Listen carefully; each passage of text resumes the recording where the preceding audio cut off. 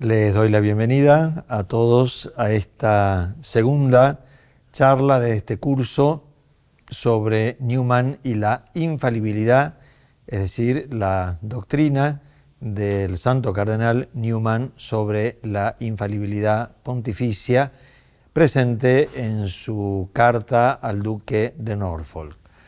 El tema de esta segunda charla es la infalibilidad en la Iglesia antigua.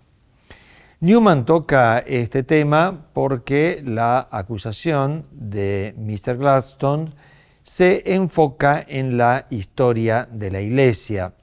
Si bien pareciera que él hace referencia a una cuestión de principios teológicos y doctrinales, Newman más bien cree ver en esa acusación una referencia a la historia de la Iglesia.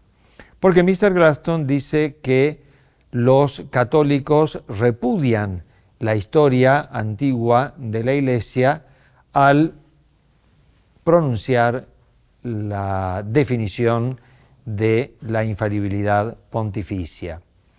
Es algo propio de la postura anglicana, la defensa de la Iglesia antigua, y por eso Mr. Gladstone usa ese tema de la Iglesia antigua para hacer su acusación. Newman recuerda, en primer lugar, que la Iglesia posee un triple oficio: un oficio profético por el que enseña, un oficio sacramental o cultual, un oficio político o de gobierno en su relación con el gobierno de la Iglesia y su relación con los distintos estados.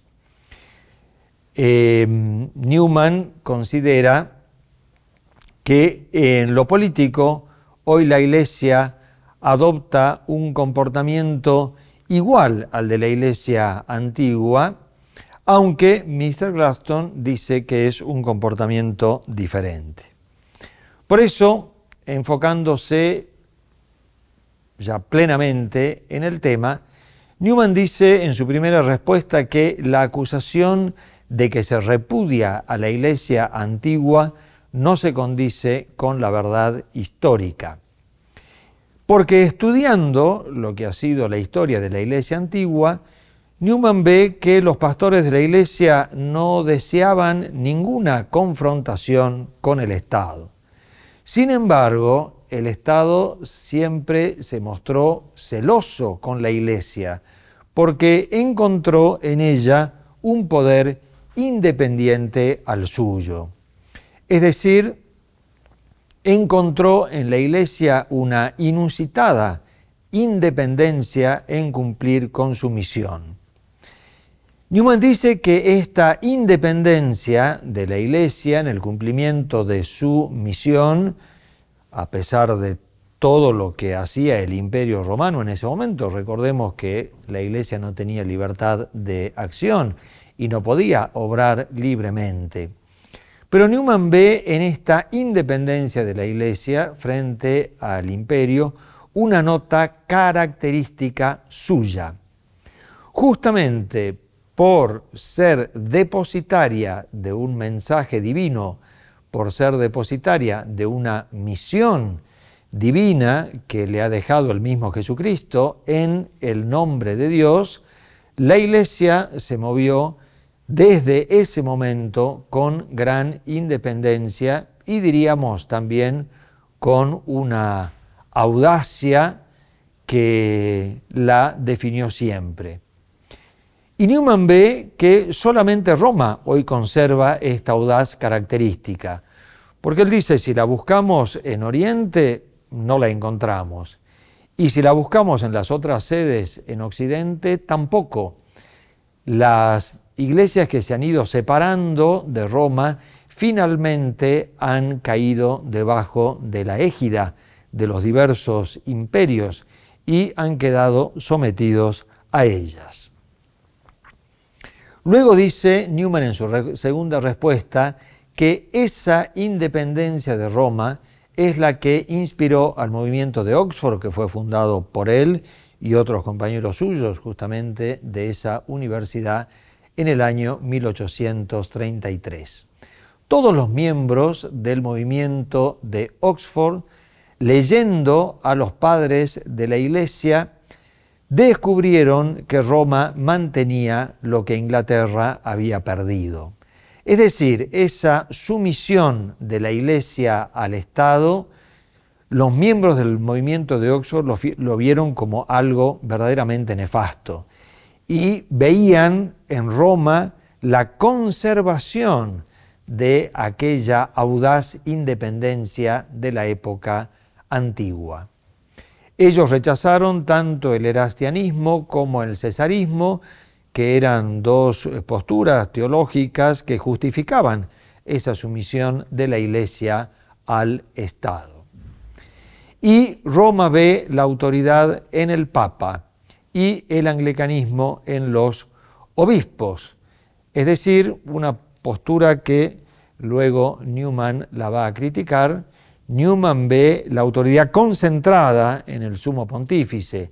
Los anglicanos la veían presente en cada obispo, en cada sede, con una independencia que de alguna manera los separaba entre sí y que no le hacía bien esa atomización, él le llama después comunismo eclesiástico. Esa atomización no le hacía bien ni a la Iglesia ni al Estado. A la Iglesia, porque en esa atomización tenía que buscar la unidad, lo cual no es fácil. Y al Estado tampoco, porque tenía que tratar con muchos en vez de tratar con uno. Por eso, en la tercera respuesta, Newman hace también una consideración histórica. Es decir, cuando el imperio se convierte, con el emperador Constantino, la Iglesia pasa de ser perseguida a ser reconocida. Y cuando se da ese paso, Newman ve que el imperio en lo religioso se somete a la Iglesia. El Estado cambia su hostilidad por sumisión, por el hecho de ver en la Iglesia una institución divina, no por un juego de poderes, sino por el hecho de ver en ella la presencia de Dios y la misión que Dios le encomienda, misión profética, misión sacerdotal y misión política o de gobierno. No hay término medio, dice Newman. O se considera la Iglesia como una institución divina y se la coloca a ella en un lugar de privilegio religioso, por supuesto, o no se la considera una institución divina y por lo tanto, como a todas las instituciones dentro del Estado, hay que gobernarla y hay que manejarlo. Newman dice, esto lo demuestra la historia. Esa sumisión del Estado a la Iglesia en lo religioso fue así. Y las leyes que pasaron a proteger la Iglesia, justamente el Estado quiso darlas. Por otro lado, había también un consenso en la población que ya se había hecho católica y aceptaba esto y también lo pedía. Justamente por todo eso, Newman llega a la conclusión que la crítica de Gladstone es absolutamente falsa. El recurso a la Iglesia antigua no le da la razón a Gladstone, sino que le da la razón a la Iglesia católica en su definición de la infalibilidad pontificia.